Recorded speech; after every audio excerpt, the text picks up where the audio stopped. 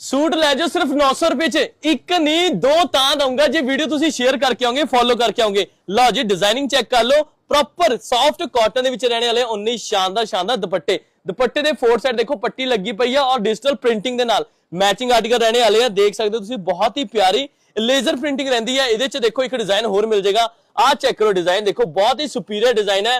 Rate पै गया एक सूट का सिर्फ 450 रुपए दे विच है कि नहीं। हुण समझ दी जिहड़ी ऑफर है सारी स्टार्ट हो चुकी है, 4 कलर्स दे नाल फटाफट स्क्रीनशॉट ले लो क्योंकि लिमिटेड ऑफर रहने वाली है। आ चेक करो डिजाइनिंग की गल करिए, सारे वक्रे वक्रे डिजाइन मिलने वाले हैं। जे तुसी भी इदां दी रेंजेस और जेन्युइन प्राइसेस दे विच वधिया वैरायटी लैनी है, पेज नूं फॉलो कर लो क्योंकि बड़ी शानदार शानदार आर्टिकल्स आ गए हैं। आ चेक करो प्रिंटिंग देखो सारी सुपीरियर प्रिंटिंग। बस फिर फॉलो करके शेयर करके आओगे तो रेट पएगा 900 रुपए च 2 सूट, वरना देख लो MRP ते मिलना। फिर बस फिर फटाफट विजिट कित्थे करना है तुहानूं पता ही है, श्याम सी स्टोर नेड़े LIC office Chandigarh road Samrala ते आ जाओ।